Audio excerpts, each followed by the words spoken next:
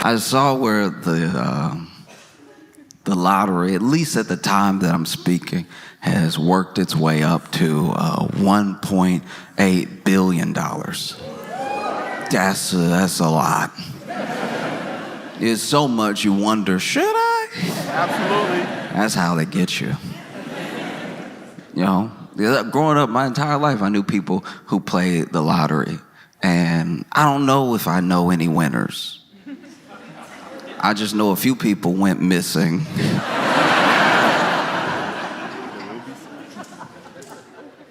And like hard missing too, not even a funeral. Like,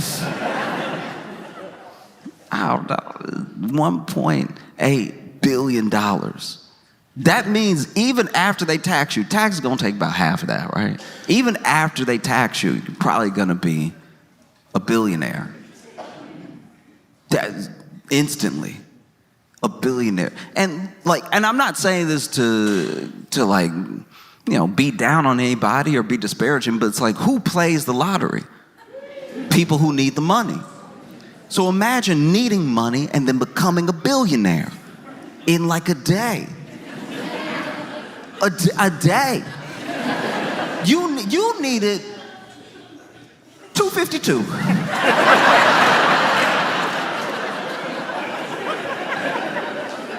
You had rent and a car note, and now you're a billionaire. A billionaire. You gotta capitalize it's $1 billion. Even if they get you real good, even if they tax you to death, you're still high millionaire. And with some good investments, you'll hit billionaire over time. Look at. I don't think y'all understand. This is the thing, we think we understand what billion is because billionaires keep playing in our faces. But we have no comprehension of how much money that is because we're people.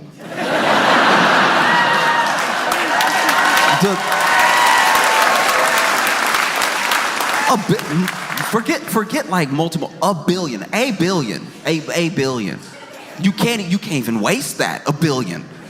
You can imagine, I had some bad investments. $1 billion's worth of bad investments? That's enough to topple a small country. No, because I look at the billionaires of the world and the high millionaires, so almost billionaires of the world. And in a couple of the examples that I'm thinking of, right? If you make it to billionaire status, whether it's through valuation of your country or your company, or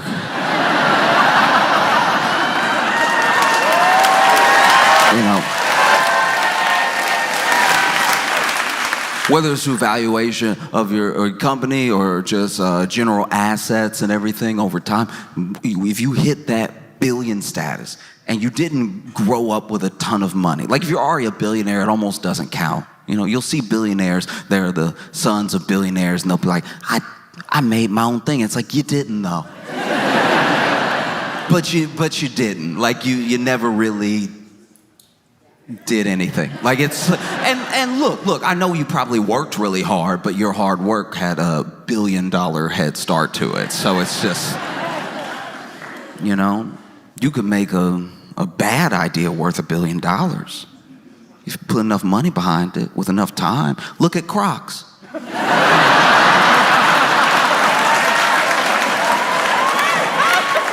And look, that's not me. No, look, that's not me just dunking on Crocs for the sake of it. I'm saying as a shoe, you are so unprepared to go into the world.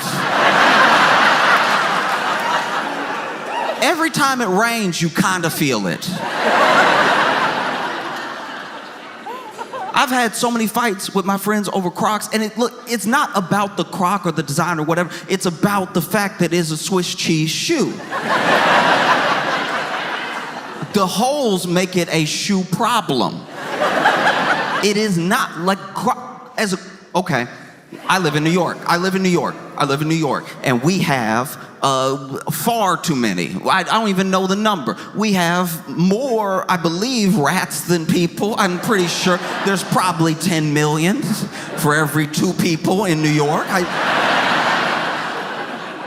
And one time I was walking with my friend who had Crocs on. Ill-advised, especially in New York. If you want to wear Crocs in like, I don't know, like a beachy town, go ahead. Be comfortable. Let your feet breathe. Wearing Crocs in New York City, wearing Crocs in New York City is like wearing a shirt that on the front and the back says, "Please rob me." That's the level of prepared you are to go out into New York City when you're in Crocs. My friend was in Crocs, and we were just walking down the street, okay? Just nice little stroll, having a conversation. And then, as you would expect when you are walking in New York, as it is almost law when you are walking in New York, a rat ran across our path. Some people have to deal with deers in the road. We have to deal with rats on the street. And this rat running across our path judged it wrong. Was a little late. You know, usually when you're walking in New York, a rat will run across you real fast up ahead.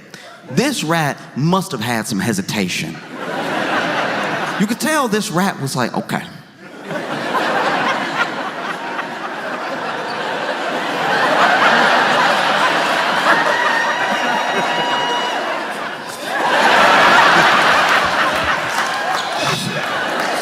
You know what? I'm not gonna do it. I'm not gonna do it. No. I'm not gonna do it. Actually, no. You know what? I can do this. Let me get. Ah! And then it ran across our path, but by the time it ran across our path, we were at our path. And this is upsetting. Sorry if you're eating. But the rat ran across our path, but by the time it decided to cross the sidewalk, we were already there. So this rat ran right over both my feet. And then it came time to run over my friend's feet. My friend in Crocs. And this rat looked exactly like, you know, with football players doing that spring training with the tires over here.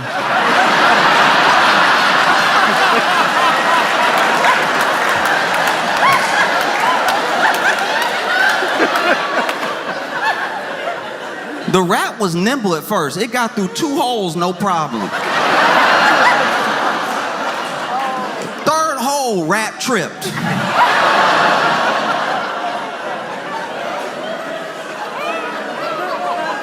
Animals don't trip like people, you know what I mean? People might trip, be a little embarrassed, but we get up and we know we have a day to continue.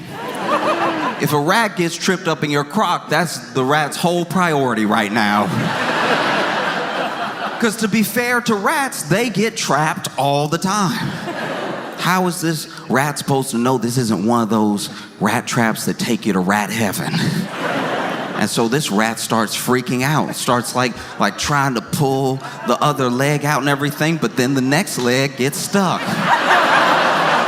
And so now this rat it has been 0.0 seconds, by the way. This rat has already tripped and is stuck in 2 crock holes. And is over here fighting for his life to get out. Is doing whatever he can. This rat over here,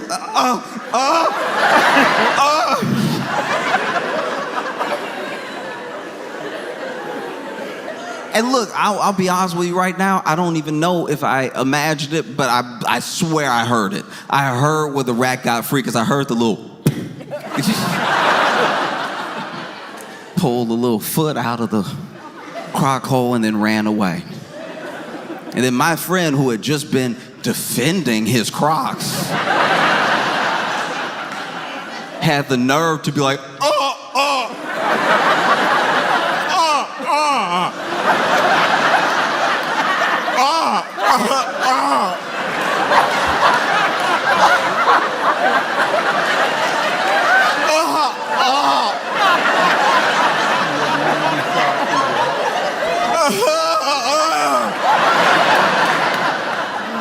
I'm like, yeah, cut it off. You need to cut it off.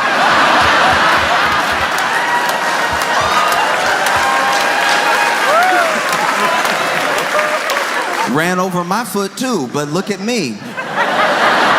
Intact.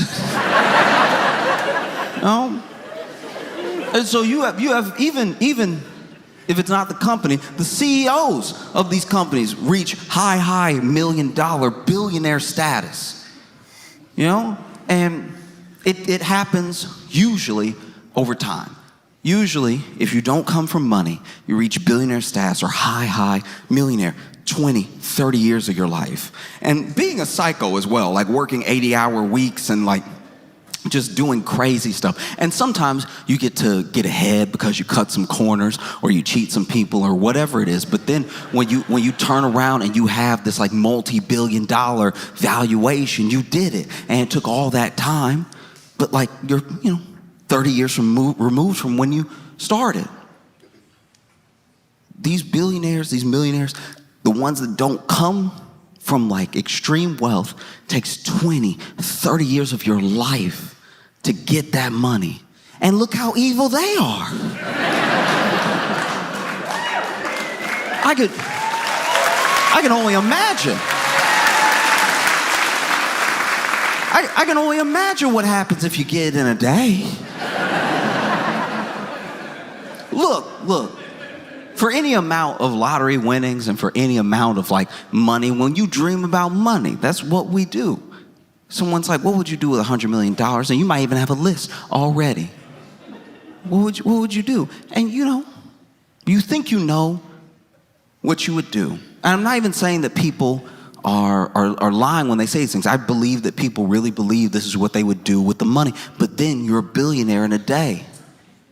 Nothing can prepare you for that. Nothing can prepare you for that much money being that much power in a day.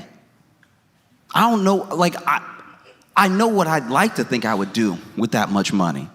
Because the amount of money that you've been living on is the amount of money you need to live. Like that, like, I know that in the US, like in America, that's like blasphemous to say. But it's like, even when I was broke, the amount of money that I had, which was not enough, was somehow still enough because I'm not dead. Do you know what I mean? And so obviously people need to get by. People deserve a higher quality of life and everything. I'm not saying this to say that if you're barely scraping by, that's all you need and be done with it. I'm just saying that sometimes you can get in your head, especially when you get a little more, that you need a bit more, and then you need a bit more, and then you need a bit more, to the point where people around the country who make six figures say they don't feel rich, right? And some of them making the high six figures. They've done studies about this and about why your brain never turns to rich when it's you and it's over time. You'll see millionaires say, well, I'm comfortable, but I'm not like rich. And then you're glad that it's through a screen, or else you might.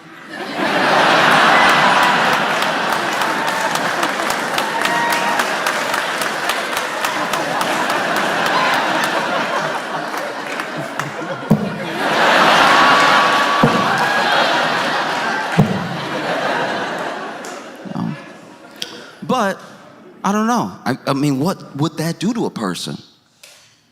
A day, a billionaire. Who knows? Maybe money really does change people in a way that you can't even fathom until you have that much money. Maybe you get $1 billion in a day, and out of nowhere, you don't even recognize yourself. $1 billion. And you're just like, wow, huh. I could use some slaves. I think that...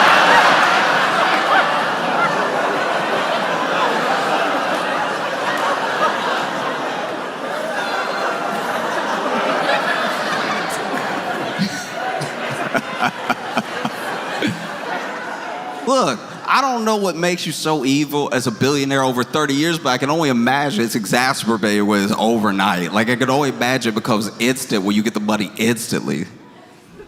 That's crazy. Because look, we all have a list. Even if you act like you don't, you do. If you want that much money overnight, you might have a list. There might only be 5 things on your list. Hey, I want to take care of my friends, take care of my family, want to travel, and I want to help in a way that I've been helping, but I didn't have the money to really push the help, right? So that's what, 4, maybe you have 5 things. But then after you do all that, maybe you have some money left over. What do you do with that money? Can you make another list? Can you make a bigger list? Maybe. But if you can't, you just keep trying. Oh, let's fix the roads. Let's try to fix the school system. But then there's still some money left over. What do? I think you might lose your mind. That's probably why billionaires are like that. Because think about it. Look, their list didn't have any of the stuff I mentioned on it. But But even though it didn't, it clearly had things that they cared about, whatever those were. And maybe they were only related to their company. Maybe they were only related to more business and getting more money. But even as those things got checked off and you tried to keep up with the list, you tried to make more goals and you were meeting the goals as fast as you were making the goals and everything. And then everyone around you is a yes man because they want some access to that money because they're also trying to climb, right?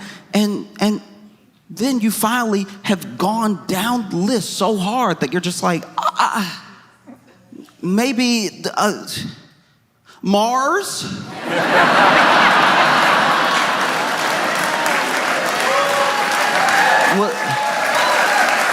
What about Mars? Mars would be cool, right? Like, Mars would be dope. As people starve. Mars, though, that would be dope. And it's like, yes, it sounds dope. And I hope he goes. I hope he does. Like, that'd be fire.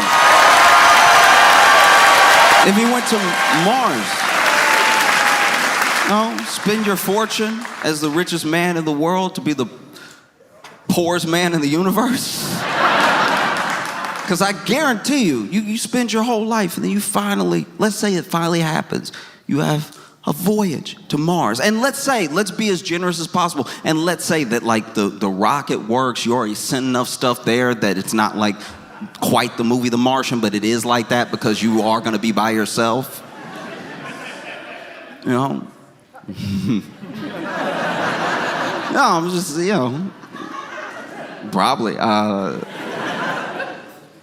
And then you land in Mars, richest man in the world.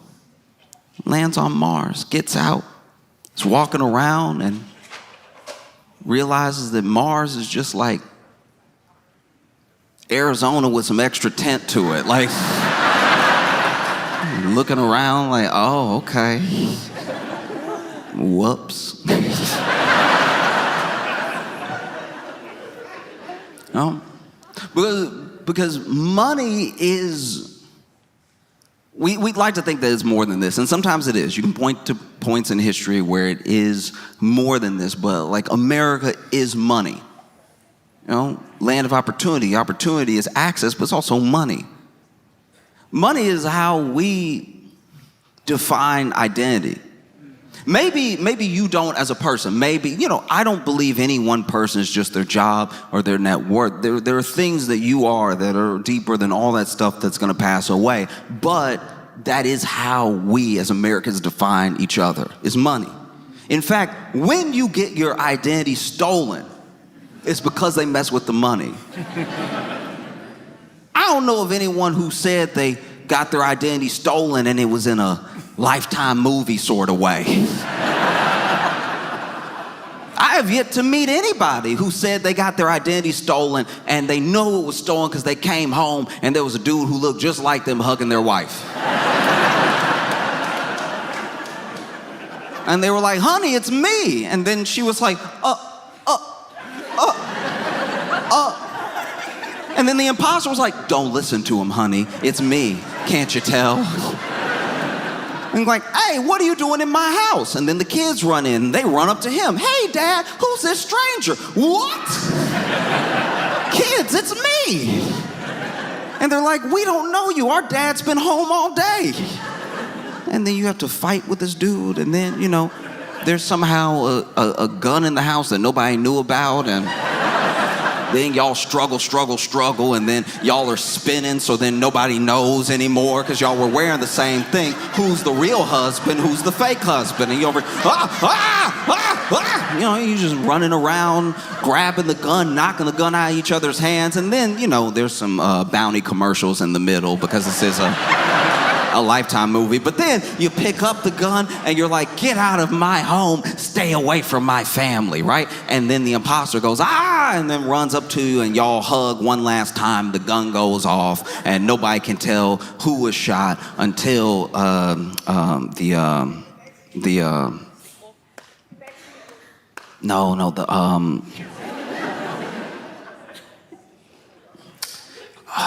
what is it? Until the Nair commercial. You know, like Nair, that one, like...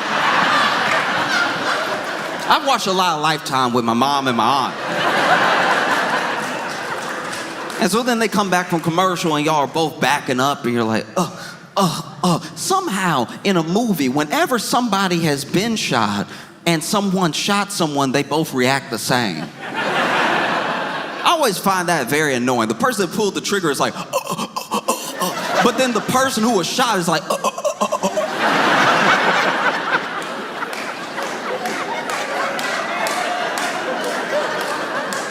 And then y'all back up. The gun falls. It falls in the middle. We don't need it anymore. One of you was shot.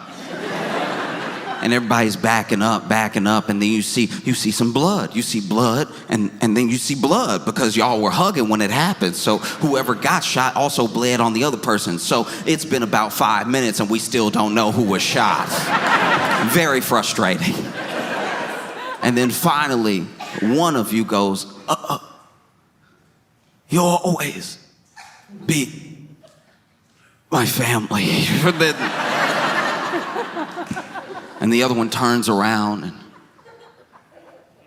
looks at you. And the wife and the kids go, Dad! And hug them. And then credits start rolling.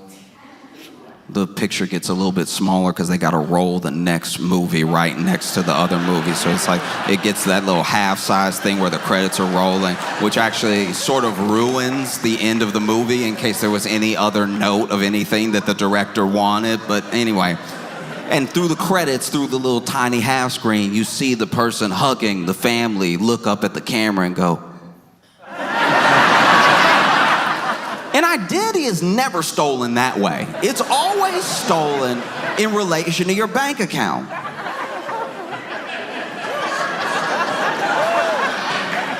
No, because that's who you are. That's who you are to the bank, and that's who you are to any business entity is your money and the number that you are, you know? Now, look, I would like to think that everybody knows that everyone's more than that, but that is how you break down. That's how you're calculated. You know what I mean? You're moved around as a number, and the numbers that make up the numbers you have are how people see you, you know? So when you get your identity stolen, it's not because they actually stole who you are. They stole who you are in a version of how people see you for your money. Having your identity stolen is terrifying because you don't know when you'll get out from under this. It's you. It's you. But the bank doesn't know that. You might as well show up to the bank like you just got home to see your wife and kids and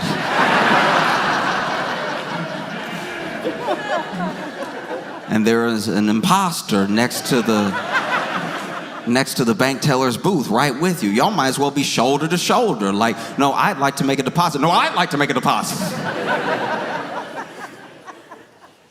Because you also have to factor in what that money doesn't just do to the person, what it does to the people around them. Some of y'all may not remember this. I barely remembered it until I started just reading about people who had won the lottery and what usually happens. Because there's this myth that everyone that wins the lottery goes bankrupt and ruins their life. It's not actually true. It's about half. Which are better odds than winning the lottery.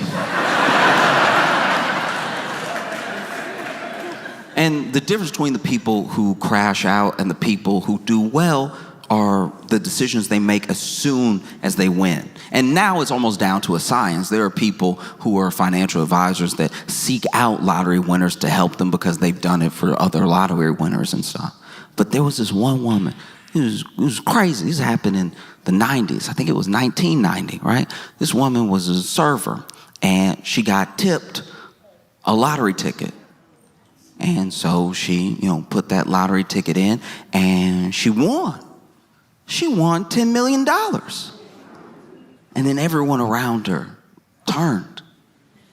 The people who were also on shift with her, they tried to sue her. Because I don't know if this is one of those restaurants where, sometimes you work as a server and everyone's tips are pooled together and then you split them at the end of the night. Or if it was just that they were saying that was their table. I don't know what all the lawsuits were, but I also know that the man who tipped her the ticket tried to sue her. Yeah. Her ex-husband even kidnapped her. And she had to shoot him in the chest. The chest is one of the wildest places to get shot. Because there's still some plausible deniability there, but you know where you were aiming. And then the IRS came for her, walls closing in all around money. Because people will do crazy things for money, and people will let the idea of money shape how they treat a person, Money is only second to people in the idea of something that's in front of you that means a bunch of different things. People can mean the whole range of emotions to you, but so can money. If someone won $10 million, if they won $1.8 billion, some people see that as money, but a lot of people see that as hope. They see it as power. They see it as like a salvation out of their problems. They see it as whatever your imagination can mold. Because there are some people that if you got given $1 billion right now outright, there's so much good you do with it. And then there are other people that if you got $1 billion tonight, you'd be like, oh, I have some things to revisit.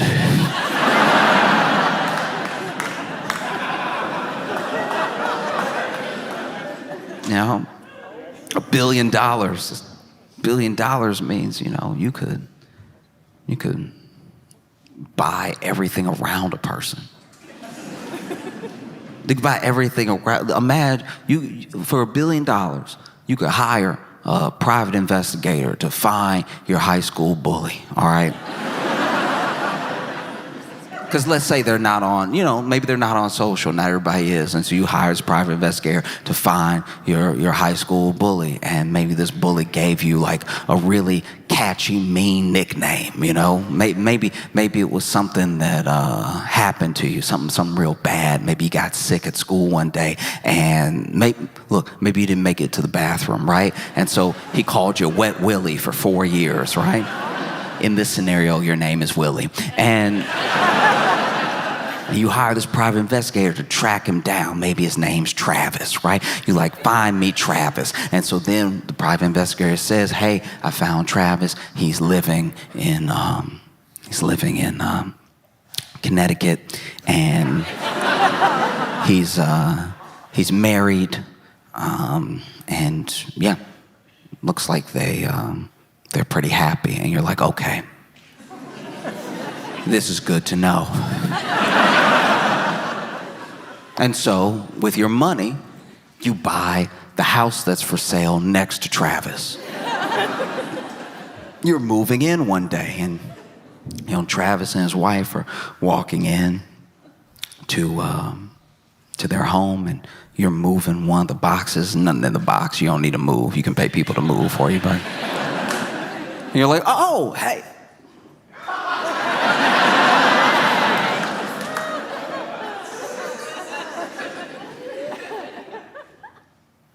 Travis?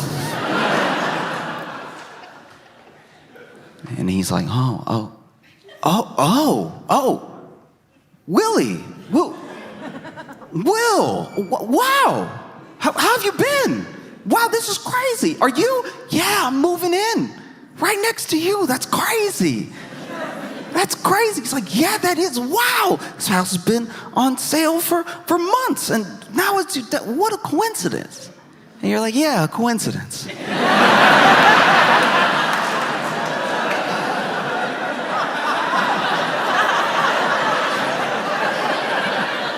Yeah, that's what it is.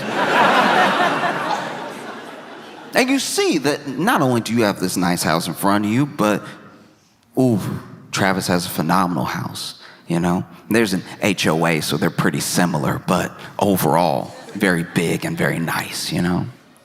And right then, Travis's wife walks up, Susie. Susie walks up, and she's like, hey, babe. And then he's like, hey, Me and William went to high school together. This is my wife, Susie. And you're like, oh, hi. Nice to meet you. You shake her hand, and you're like, wow, this is crazy to just, you move to a new place, and you don't know, usually you don't know anybody, and now I got pals right next door.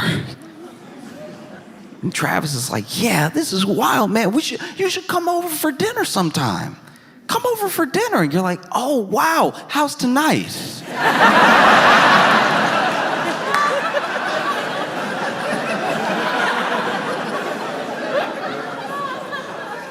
And Travis, because this is the thing about bullying. A lot of bullies don't remember what they did. And even if they remember what they did, they remember it in the context of whatever they were going through. And so even if they were like a mean kid, they just remember being a mean kid because other stuff was happening. I don't know how often real bullies think about the fallout of their bullying and what it might have done to somebody present day, So maybe Travis is perfectly pleasant. Easy to believe. It's been a long time, And so he's like, yeah, I think... no. Okay, we do have a little date night tonight, but how about tomorrow? Tomorrow night, we should have dinner. You just come over to our place. We'll cook for you. And you're like, wow, yeah, Travis, it sounds great. All right, I'll see y'all later. You take your empty box.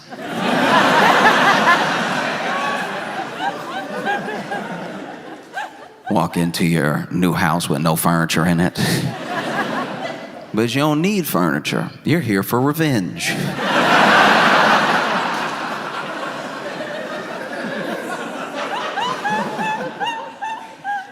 The type of revenge that only money can buy. And you're so excited, you don't even know if you can sleep. And so you lay on the floor of your brand new house. Because hate makes you comfortable.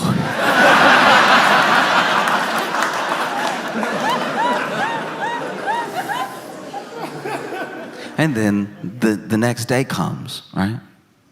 The next day comes, and you've had a private investigator on Travis for a while. You even had a private investigator on Susie. You already know her name. And so the next day, during the day, you go over to Susie's workplace. Susie works at a salon, right? And so you go over and you're like, hey, what? This is crazy. Wow. Susie, neighbors, and then I need a haircut? You do hair? Wow. You get Susie to give you a haircut, and when you're getting a haircut, when you're getting the wash, the shampoo, the conditioner, and everything, there's time to talk. You get to know a person. Or pretend to, because you already hired a private investigator.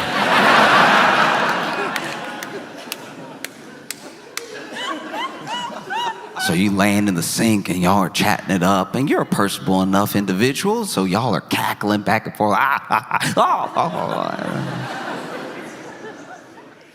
Then at the end, Susie puts the mirror in front of your face, and you're like, wow, a magician. Truly incredible. Thank you so much. And then you go to pay, and then you put a $10,000 tip on your haircut. Susie's floored. What? I can't accept this. You absolutely can. I haven't felt this good in years. You made me look like a new man.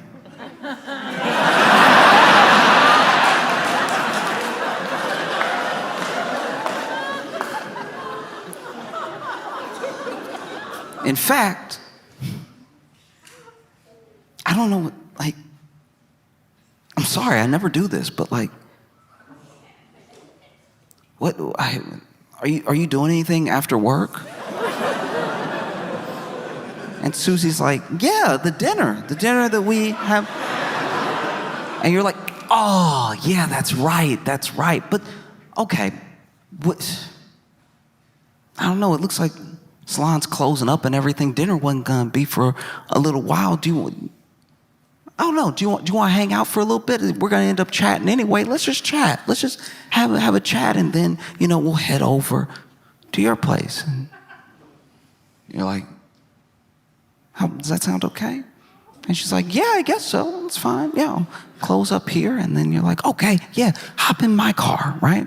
And she hops in your car. It's very nice. It's ridiculous. It's whatever car is nice for the period we're in. So just imagine.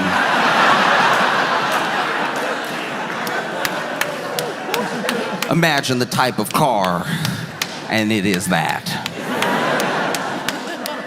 And Susie's also impressed. She's like, wow, okay, you must have done very well for yourself. And you're like, yeah, I do all right. Because then, no matter what car it is, I assume it goes fast, right? And then he's like, actually, I know I'm new to the neighborhood and everything, but can I show you something? And she's like, yeah, sure, okay. And you drive. You end up driving to this like little patch of land that's off by the wayside, and there's a small little airfield there, and you park, and Susie's like, what is this? And you're like, oh yeah, I got a call, it was a text while you were doing my hair and everything, and there's just something I have to check out over here, so let's just walk through. And you walk through this little air hangar, and it's to your private jet. And she's like, wow, you have a jet? And you're like, yeah, I do.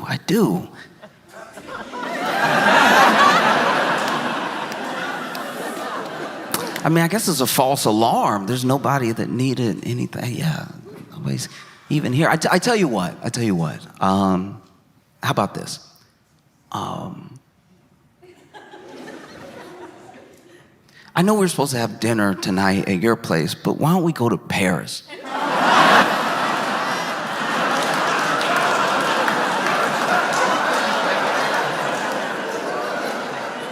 She's like, Paris? You're like, oh, I'm sorry, do you prefer Milan? We can go to Milan. What are you even saying right now? I'm like, oh, no, I'm just saying, we're supposed to get dinner. Let's have dinner. We have dinner without Travis.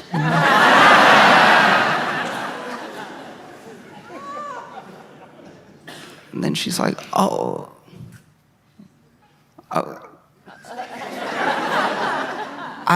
I don't know what to say. What is the tip? And then now he's invited. I'm married. No, I know. I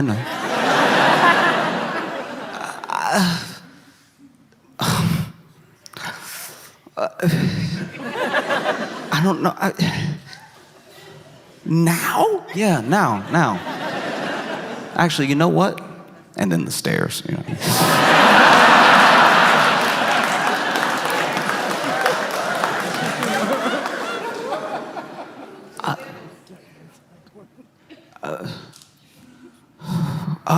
Wow, my heart is just skipping a beat.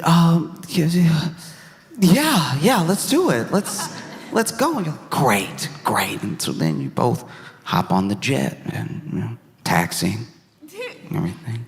And just before takeoff, you send Travis an audio message of the entire thing.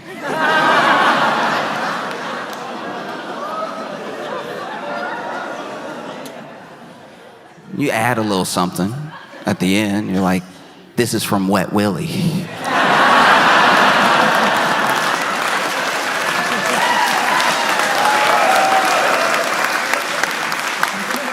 Because now you have $1 billion, and you could be good or you could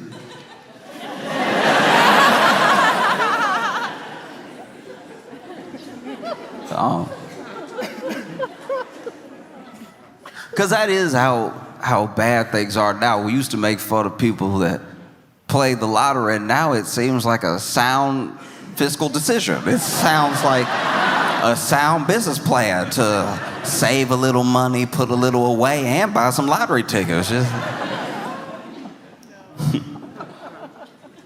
oh, it's either buy some lottery tickets or,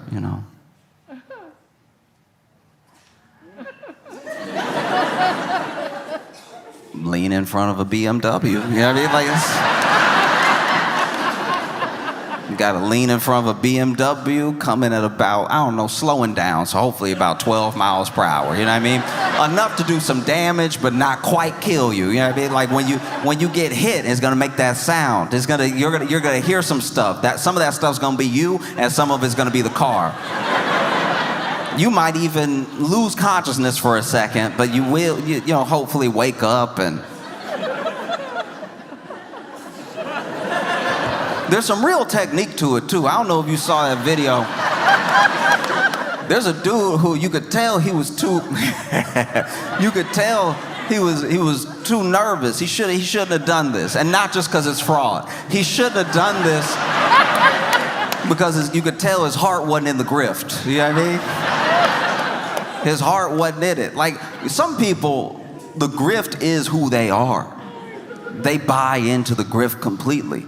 When I was a little kid, my elementary school teacher got into a fender bender, right? And got in a fender bender with this dude and bumped him just enough to get a little bit of separation, but you could tell that she had hit him.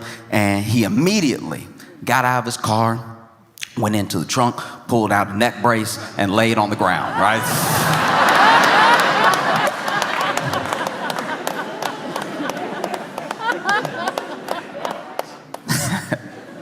Which, if you're gonna do that, just wear the neck brace the whole time. Yes.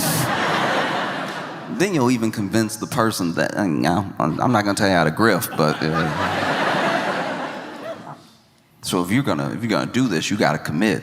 You gotta know long before this BMW takes that turn at the intersection that this is what you're committed to do.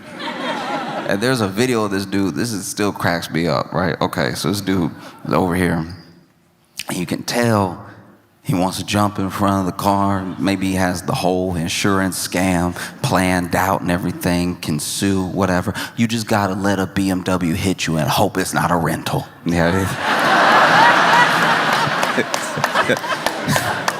Oh, nothing would make you madder than getting hit by a broke person.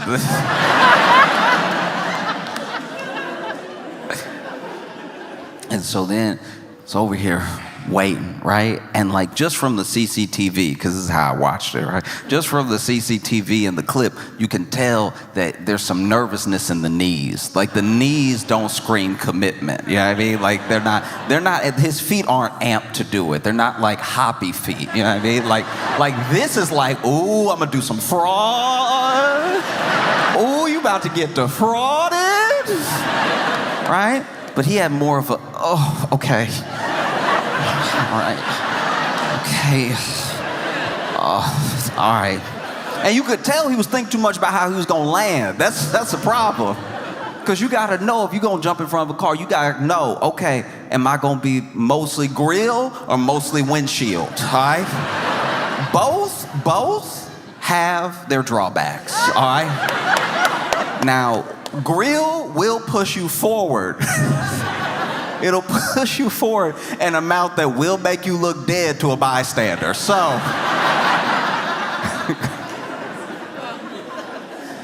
that is a good way to go if you're trying to do this with witnesses and witnesses who are not in cahoots with you, right? Windshield is very dramatic, right? Windshield is very theatrical. Usually when you see, they do a lot of windshields on like Law and Order SVU. That's usually, like when somebody running from the cops and they can't seem to catch them. They give them just enough room for them to run out of the street for the cop who didn't feel like running to hit them with the cop car. It's always very convenient when it's like 3 cops and then 2 of them run after a suspect and then one of them is like, oh, all right. And then sure enough, they're always there at the right time to just bow, right? Now, if you're gonna go windshield, just know that some glass could crack, okay? And it's worse if it doesn't. If the glass doesn't crack at all, you got hit by a big bullet, okay? But if the glass cracks and you roll over the glass and maybe you land on the side of the car, that also looks very bad. But depending on how you hit the windshield depends on how believable the hit is. Because when you get hit by the grill, you're just taking the hit, right? Just boom, boom. High risk of being hurt, very high risk. Windshield looks a little bit more, oh no.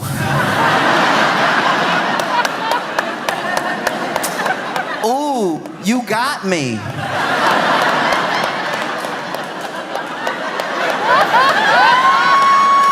Oh, what will I do, right?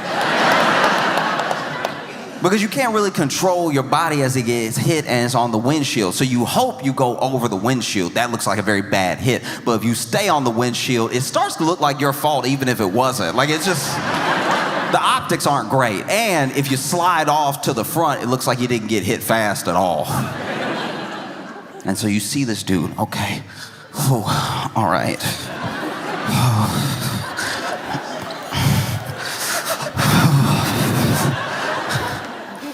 And then he goes for it. But not only did I see him in the clip, in the CCTV video, like thinking about it too hard, the person in the BMW also saw him thinking about this very hard. And it didn't help that he chose to do this at an intersection, which means they were gonna be slowing down anyway. And so then he finally goes to jump into the street, and they've already come to a short stop because they saw him coming. But look, he's already put a lot of thought into this. He will not be denied.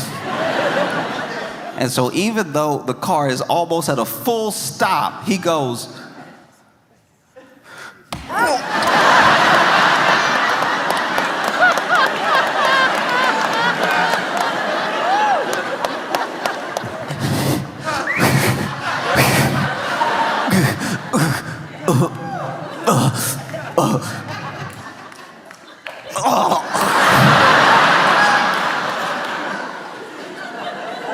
Obviously, the claim didn't go far.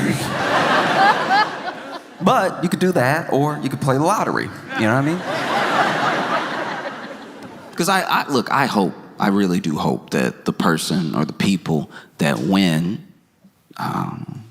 have a good life and do something well with it. There's so many scams now. Sometimes if the person's identity is known, that's actually what ruins their life, because then there are scammers who will never meet this person, don't know this person, but then they will masquerade as them online, hitting up people around this person, trying to get whatever private information so that they can scam that other person, not even the lottery winner, And it's why people have become more savvy. Now you have lottery winners all over the world, not just in the US, and not just for the Powerball, Mega Millions or any of that. Now you have lottery winners in the US show up with a ski mask on.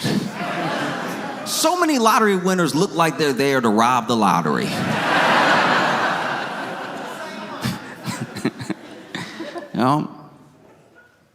And I don't know, I just look at the lottery as maybe one of the best metaphors we have for how America is. Because we all participate. That money is pooled together, and it is, and I don't mean in terms of ownership, I just mean in terms of how the money came to be there. It is all of our money. It is all of our money pooled together for 1 to 6 people to have. In fact, sometimes you'll watch the lottery. You'll watch someone win and you'll be like, wow, I worked at a company like that. That's crazy. Because some of what the lottery of trying to make it in America is luck. We like to think it's hard work, because then that means everybody could do it.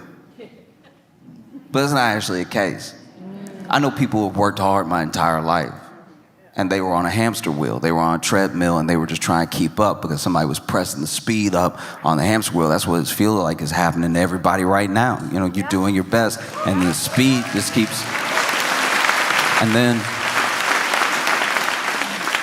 you know, some people are on a treadmill where the speed just keeps getting increased. Some people, look, to their credit, they have some golden handcuffs. Maybe they're doing a little bit better than everybody, but the margins that they live in are just as thin. And so they're on like a Stairmaster. They're up higher than the people on the treadmill, but, you know, they still run the risk of falling off at any given point. And so the other person's running as hard as they can. This person's stepping as high and as fast as they can, because if they can skip a step, it's not going to keep them good forever, but it'll keep them level for a while. And so everybody's working as hard as they can. People who make six figures are still thinking, I don't really have enough to get by. That sounds crazy to anybody who's living off of less than 50K, somewhere where the standard of living, you need to be at like 80K. There are people scraping to get by. And so rather than just accepting that this gym sucks,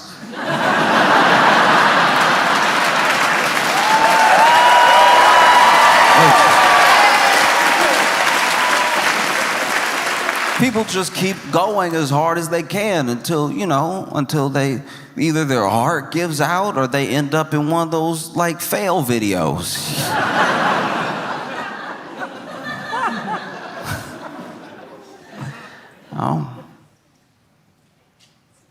Because look, it's $1 billion.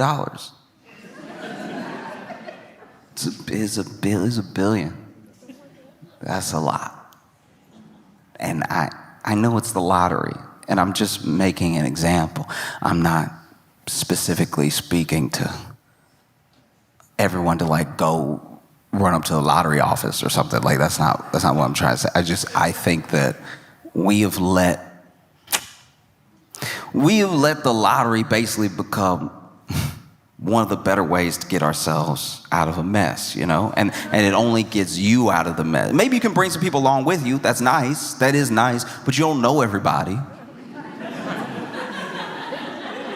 You know what I mean? Like, you know your friends and your family, and that'd be very sweet for you to take care of your friends and your family, but you don't know everybody, and you don't know everybody's intentions. You don't know what everybody's going to do with the money. You don't even know if giving some of these people the money is the best thing to do. You have no idea. And maybe it's why, speaking outside the lottery now, maybe it's why like people shouldn't be able to amass that level of wealth. Not because I want to take from somebody the thing that they have for whatever reason. Maybe they really did earn it. I don't see how, but like maybe they really did earn it. Maybe they deserved every like $50 million bonus that they ever gave themselves, right? Maybe they know their heart and they know that they really deserve this money. But maybe you know, they laid off a bunch of people and they bought a bunch of stock back and they did some stuff to do some stuff to get some stuff, you know?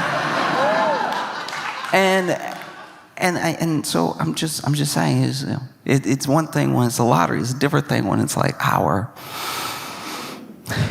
entire, you know, because then they wonder, I don't know. Then they wonder, they're like, why is everybody so mad at us? It's like, oh, you can't not really get it. It seems crazy. And look, don't get me wrong. I'm an American. I would love $1 billion. It's probably part of the problem.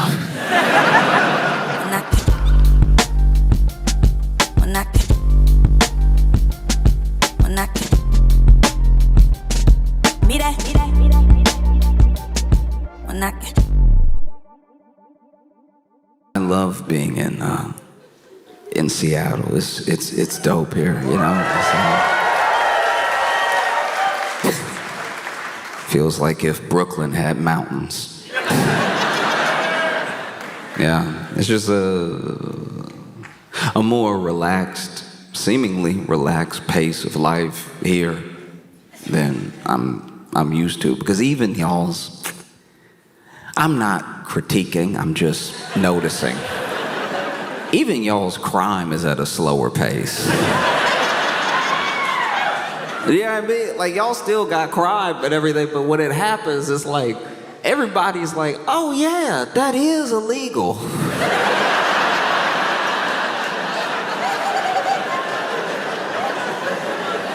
This didn't happen this time, but years ago, I was in Seattle and I saw, it was a very confusing sight. I don't know what I saw, but what it looked like from the outside, looking in Brooklyn to Seattle, what it looked like was this woman's purse had been stolen.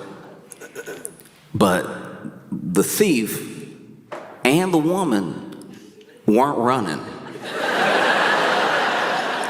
I think that's what confused us all, because we were, like, one of two things was happening, all right? Either a couple had an argument, the man walked away forgetting he had been holding his girlfriend's purse. So he walking off in a huff, and then she following him because maybe she knows whatever she said went a little too far this time. Or a man with very little commitment to his craft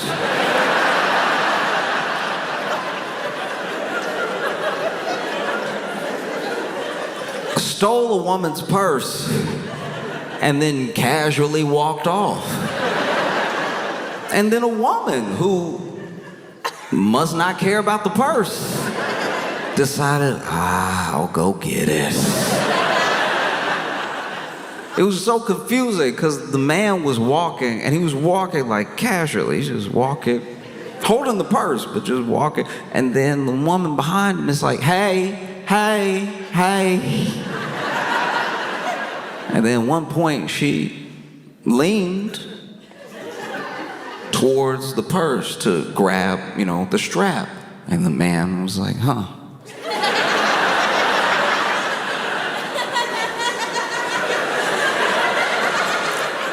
That's when I had to reassess the whole situation. Because what if it was not this woman's purse? What if this woman is the lazy thief? What if this man is just trying to have a day out with his purse, and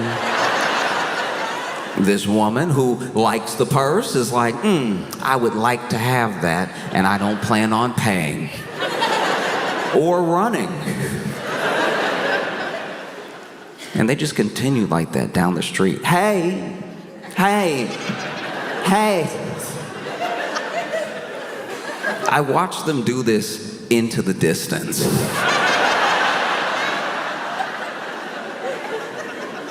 I didn't want to get involved because you ever get involved in an argument and you pick the wrong side, and now you don't know where you stand. You see two people arguing and everything. It's like you try to step in, try to be not necessarily a hero, but just a good Samaritan. Hey, what's the problem here, right? And then you feel like at the end of this thing you should have just left it alone. One time, I was doing a bar show, and we get out of the bar show, and in the parking lot is this couple having this shouting match, and this big old dude and this tiny woman, and he's not moving in a way that's threatening her, but he is like just yelling at her real loud, and she's yelling too, but he's got a booming voice, and she just can't match his level. And they are getting like a little closer. He's still not like bucking up or anything. It's just, if anything, she's walking up to him, I guess to make her point, a little bit more clearly. And so, I don't know, my friends and I saw this, and I just walked over, just being like, hey, y'all good? What's with all this yelling? And admittedly, I was talking to him. This is a big old dude yelling at this tiny woman. And I'm in my head, I'm like, all right, hopefully if I step in, somebody will back me up. Do you know what I mean? Like, I'm not big enough to stop him, and I don't know the proper techniques, but if I throw myself at him and somebody else is coming, then maybe together we could come up with something to do. And so he's yelling, she's yelling. I'm like, hey, hey, hey, y'all good? Y'all good? What's up? What's up? Calm down, bro. What's up? And then he's like, she poisoned my dog.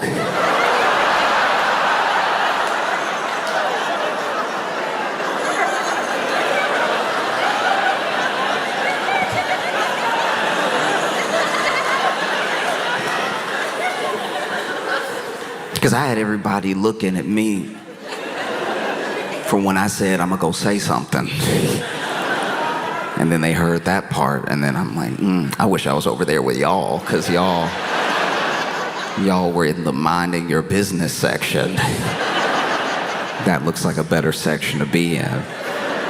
And I didn't know what to do, because I don't know what their history is, but if the most recent thing that has happened is the poisoning of the dog, if the only thing that has happened is the poisoning of the dog, I think he might be in the right to raise his voice, to have a little volume, you know? I don't know the condition of the dog. And so he says that to me, and in the moment, they had both stopped yelling. They were both looking at me. And then the people who I left, my friends from the show, were also looking at me. And in my head, I'm like, well, this really shouldn't be on me. Like that's crazy. I came over to diffuse the situation, and then I became diffused. And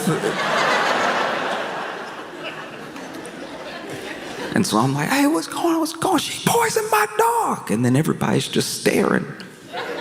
And so I'm looking at my friends, and I turn back to those two, and I go from looking at him to looking at her, and I go, stop it.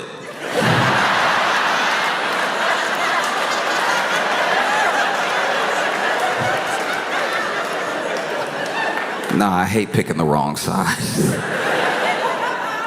Nah, it sucks. I've been watching the news, and I can't help but be taken aback what's going on between people and the companies that these people buy from. You know, Target, they know. Believe me. Target has been in more than hot water. They have been boycotted this year because Target, they're an interesting case because they took it upon themselves to try to be, or at least seem, super inclusive of everyone. Now, these companies aren't people. They're trying to make money, and the hope there is that everyone will want to spend their money here if we look like we're for everybody. That's the idea that goes into it. And a lot of people would say that that's just good business. You want to appeal to as many people as possible, so as many people as possible buy your product or products, right? And so they did that. They took it upon themselves to be the place where it's like, look, Target, you can come here, you can get anything. It doesn't matter who you are. We'll make up products just for you. All right? When your month comes around, we're going to make products. We're going to make products that nobody ever made before because nobody asked for. We are going to blow your mind with our products just for you. And they did every year. They managed to blow my mind by making a product that, as a black person, I never knew I didn't want to see. You know, Black History Month would come around, and then they'd hit you with something where you're like, do you know any black people? Every product that Target came up with for black people during Black History Month felt like they came up with it off a rumor. Do you ever, in my head, I'm like, there's no way a black person pitched this thing, you know? It would just be like, it would be like grape flavored. You're groaning like you didn't see it too. Like, It used to be like grape flavored root beer or something. It'd be like, hi, I don't know who told you to do this.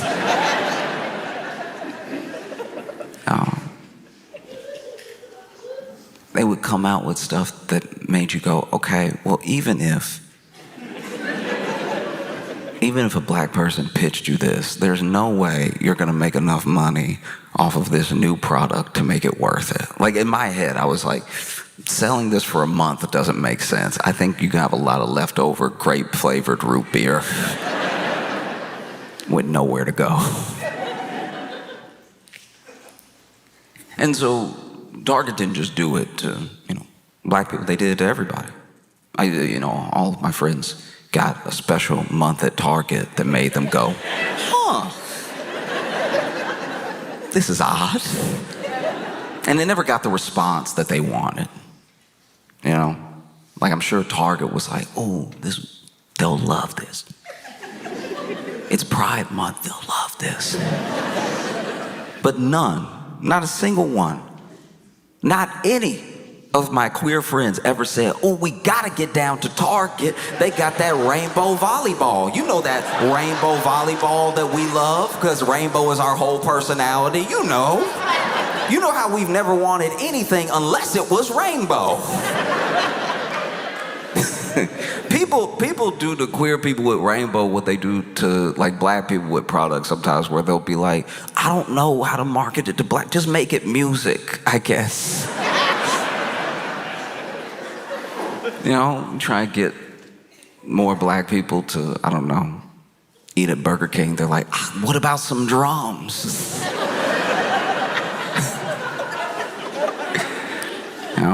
And so that's one of the things, is that Target in their efforts would sometimes still get into like these mini scandals off of people being like, what's the plan here? Some people would be offended sometimes. And then, there's obviously the thing online where people would get mad at the people getting offended. They're offended, the people are offended. And then they take up for Target, kind of, but then they don't even want the product. It's not like they want the product. And so they're taking up for Target because they're like, hey, we like grape flavor root beer over here, right? That never happened. It was always someone like, they made it for you, why are you so offended, right? And then taking up for Target as if they want a rainbow volleyball. Very weird. It's like a very weird investment to get into like a product that nobody is buying. And then Target would try to like sidestep. They try to come up with something else. It would be worse. It'd be so much worse. Next year, they're like, we're going to do right by everybody. This product is going to kill them, all right? They're going to love it. Watermelon paper plates.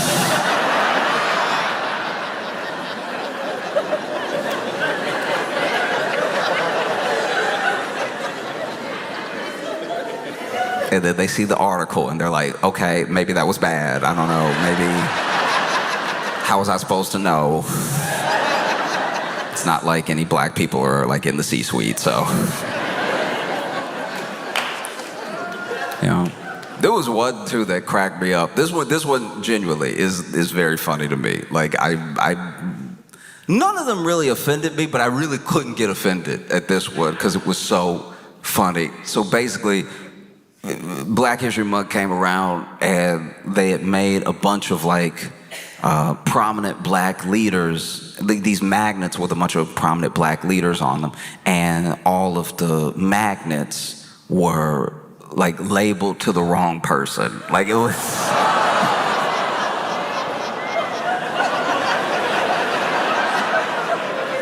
you could just tell whoever did it that day. Like they were looking at Booker T. Washington, they were like, Muhammad Ali. Like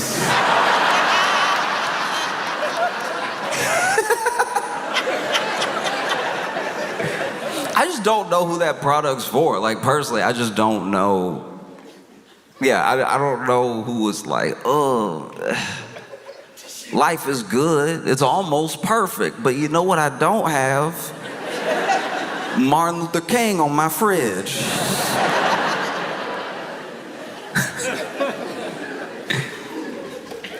And sometimes people were more than just offended by these products. Sometimes people felt like that this was a like a direct mocking or something, you know? And so then they would boycott Target.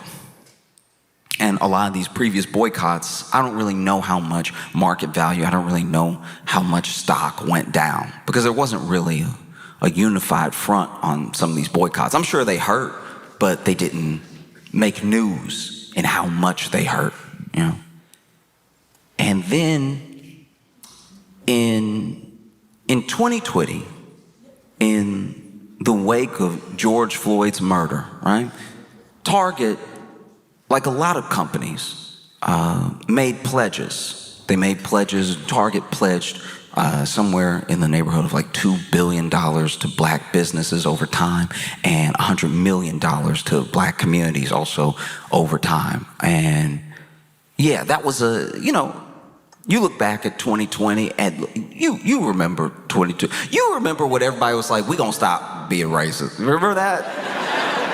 Remember in 2020, I mean, we were all in our rooms. Everybody was like, who would I even be racist to? They're not here. You know how hard it is to be racist when they not even here. You know, we're gonna stop it. We're all gonna stop it. Companies pledged to stop it. People pledged to stop it. Everything. And then we got outside and we were like, oh, I remember. This is America. Come on now, we gotta do a little racism. We said it, but come on, we said a lot of things, all right? We said we were gonna learn another language. We didn't do that either. We were inside. You say crazy stuff when you get cabin fever, like, I'll stop being racist. No. And so then you have the next few years where Target themselves, no one was talking to Target that I know of. Nobody had put a target on Target to like be the great hope of black business.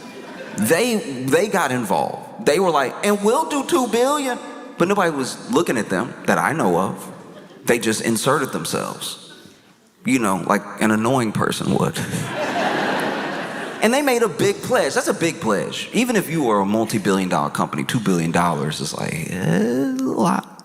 And so you see when Target gets all into all the diversity, all the inclusivity and everything, that's just to try to make money.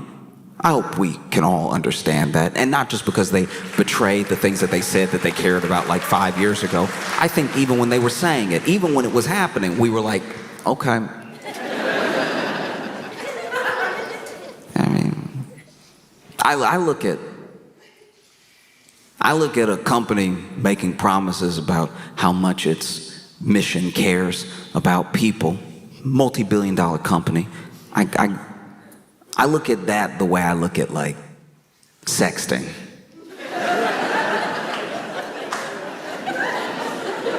If you've ever been sexted before, depending on who it is, you've read the message and you've said to yourself, the thing I say to myself when I read the mission statement of a billion-dollar company, you're not gonna do all that.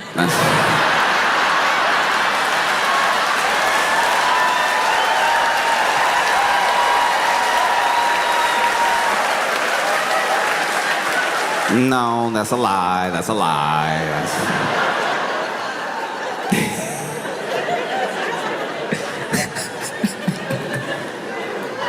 And I don't even know where this money was supposed to go or where it started going or if it was just for the press release. I have no idea. But I know that when Trump won, Trump immediately, day one, was like, we're gonna get rid of DEI, we're gonna get rid of all of these programs, we want everything to be merit-based and fair, so obviously we have to get rid of as many people as possible who earn their position over time. And so that's what he did. He started making moves immediately. And then Target, once again, could have done nothing. That's what's so crazy about the situation Target's in. They could have said nothing. Nobody was checking for the watermelon paper plates. In fact, if a Black History Month went by and Target didn't make a new product, we probably would have thought, wow, good on you. Y'all really have learned from your ways. Y'all really a regular store now. You're not trying to help or anything. You're not throwing out, Malcolm X, but it's Michael Jackson. Y'all are just being a regular store where I can go buy regular paper plates. They didn't have to say anything, but then Target came out once again, inserting themselves like an annoying person would, and being like, hey, we're getting rid of DEI too. People were like, oh, okay. Once again, no one was talking to you. And look, these are moves that are made for money. That's what they always were. Even when I heard about those pledges from Target, it didn't make me go, oh, Target, you care about me? I was like, all right, yeah, I guess the next time I'm on my way home, I need one of those, toothpick things. You know, the thing that's like floss, but it has a handle. I guess if I need one of those and Target is on the way home, maybe I'll buy it at Target. That's as much as it moved me. But just because I didn't have a business and I didn't really know what this pledge meant, so it didn't change my mind about Target. I don't care about Target enough for my mind to be changed. I just went on about my life. And then, whenever they made this statement of we're getting rid of all of our DEI too, I was like, guys, I still don't care about you. You can't move me one way or the other. There are other stores on the way home. But people who either were pledged that money or have been watching Target to make sure they kept their word, they noticed that statement. And they noticed that it's pretty convenient to get all the social capital out of making a pledge. A $2 billion pledge and a $100 million pledge that you haven't had to come up good on, and now you're going to end it just in time to not really have to get into it. That's very convenient. And so then there were people who called them up on it. They were like, all right, look, a pledge is a pledge. You can label it however you want, but you said publicly that you would be donating this money. And you know what we're going to do? We're going to boycott. We're going to boycott Target. And then this Target boycott started. And a lot of people poo-pooed it initially. A lot of people were like, Target gets boycotted all the time. Didn't you hear about the grape-flavored root beer?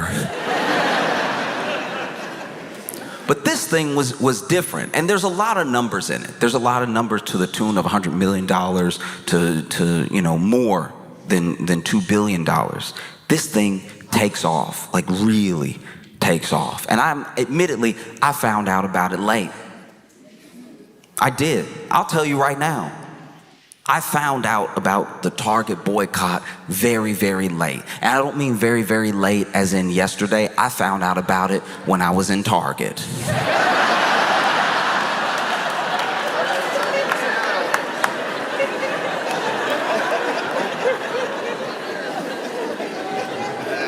I was in Target. And then there was somebody also in Target leaned over to me and was like, hey, we don't shop here right now.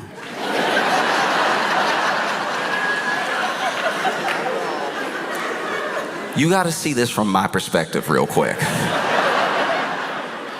From my perspective, I had gone into a store. Into a store. I'm not thinking about his Target. I went into a store to get what I needed to get. And then while shopping, I was approached by someone who was like, we don't shop here right now. You know how perplexing that is? So many things were going through my head at one time, because the first thing is we don't shop here right now. In my head, I'm like, all right, do you work at Walmart or something? Do you? What's your deal, right? Then I had another thought. I was like, okay, all right. We don't shop here right now. But you're in here. I said, but you're in here. And they were like, I'm in here to let people know we don't shop here right now. And I was like, oh, interesting and effective. Like I wasn't aware. It's just so funny to have somebody in the store to let people know we don't shop at the store. It just feels like the most, it's just the most like, what's it called? It's the most civility I've seen in what must feel like to the store, robbing the store. Because I put that, like in my hand, I had the toothpick with the handle, and I was like, oh, I already had it in my hand, but I guess I can put it back. And then I walked out, and that's money that they didn't make. It's like that thing is effective. And so I didn't buy the toothpick thing. I left, right? And in my head, I left, but I was also like, all right, that thing was like $6, so I guess they didn't get my $6, but hopefully they really needed it. Hopefully that $6. I love when a company who's done something bad need the money bad. Like, you know, like when somebody needs the money bad, they're like, hey, look, brother, look. If you can hold me over with this $8. And so, you know, I left. I went to CVS. To my knowledge, they hadn't done anything, so felt like a safe place to get the toothpicks.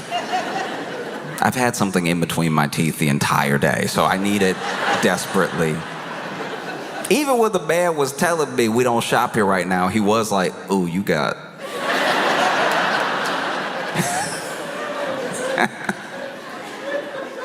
And so, yeah, so I left. And wasn't really sure what would come of it. And then on the way home, I'd see Target and be like, yeah, whatever. I'll make it to CVS. It's 2 more blocks. Really not knowing, because a boycott now is different than a boycott from the past. A boycott from the past, you had to. It was imperative that you used your body and your voice to be there in real time. You had to go there. You had to go out. You had to pick it outside of the store to let people know how you felt about the store. And the numbers that you had, it sort of dictated the narrative, you know? Because they couldn't run. They had newspapers that they could maybe run some ads in or try to create a narrative, but nobody could argue with what they saw with their own eyes. Not yet. It wasn't present day.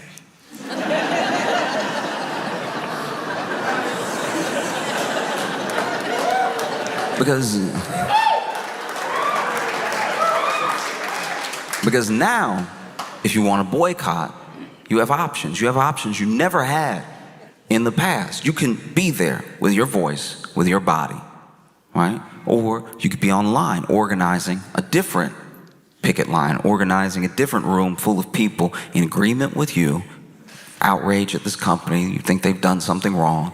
And it doesn't even have to be a worthy cause.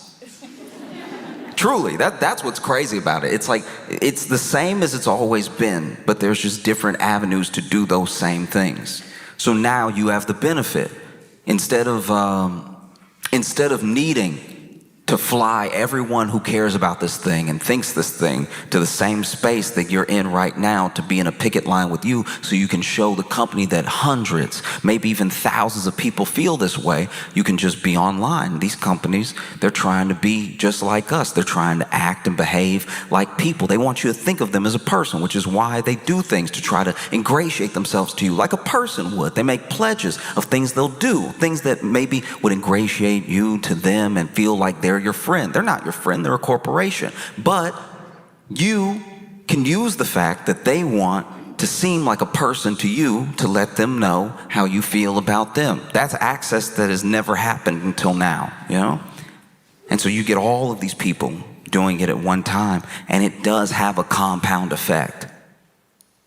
Because it's not as visible as it was in 50s, 60s, 70s, I think we sometimes lose a little bit of hope and a little bit of understanding of what a boycott can do, of what a protest can do, because it seems like these companies have so much money that they can never be brought back down. But that's just not true. You know, you look at Target from then to now, and I know market valuations go up and down. I know they fluctuate. Things are not set in stone just because they go bad for a while. But them going bad for a while is a wake-up call to the company. And people boycotted Target, even up until present day. I don't know when it'll be over, to be honest with you. I really don't know when I can go in Target again. And I'm not thirsty to go in Target again. I'm just like, it's on the way home, and I just have to keep reminding myself, like, no, we not, no, right? But Target has lost more than it promised. Target's lost more than $100 million, and has lost more than the $2 billion that it pledged. You know, by the most recent estimate that I saw, and it could be different on a different day, it could be different in this moment, but Target, through this boycott, has lost somewhere in the neighborhood of $12.4 billion in market value.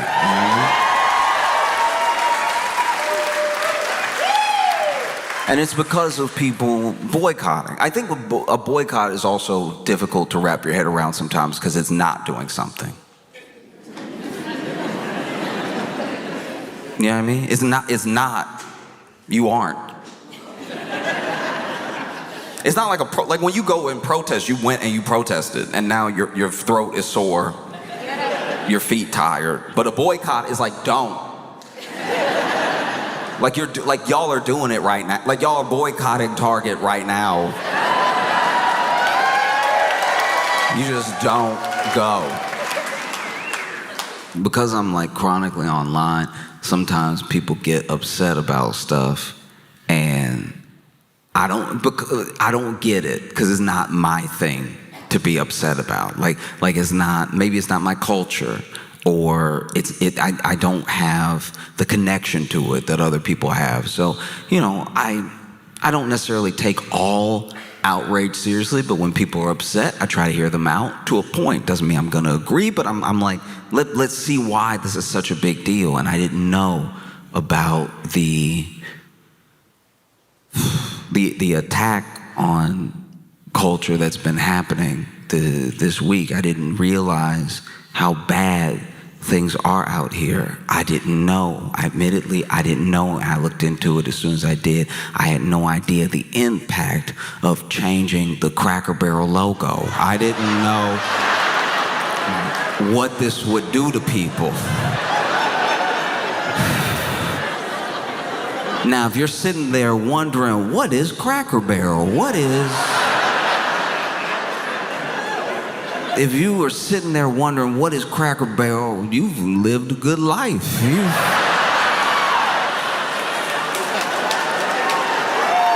If you're sitting there wondering what Cracker Barrel is, you are doing perfectly fine.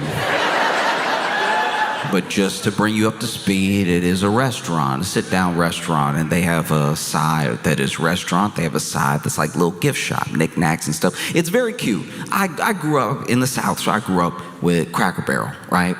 And Cracker Barrel, they look.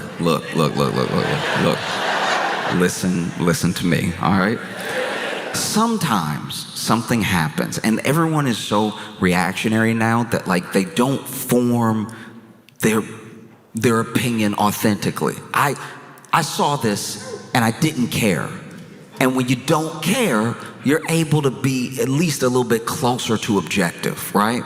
So I saw what was happening. And they changed the Cracker Barrel logo. If you've never seen the Cracker Barrel logo, get ready.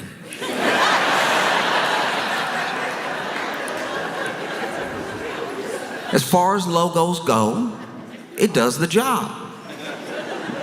It says Cracker Barrel, and then there's a barrel.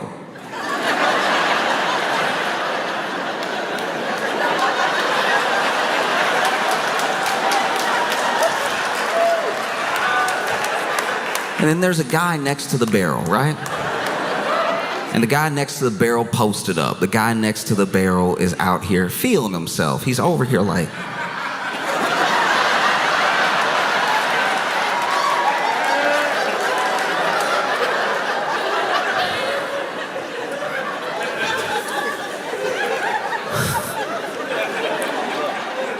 And the new logo says Cracker Barrel with really nothing else, or really like just two ovals around it. It is objectively worse. I understand that the people upset are making it about something that I at least don't think it's about, right? Because there were people that saw them get rid of the guy and the barrel, and then they were like, this.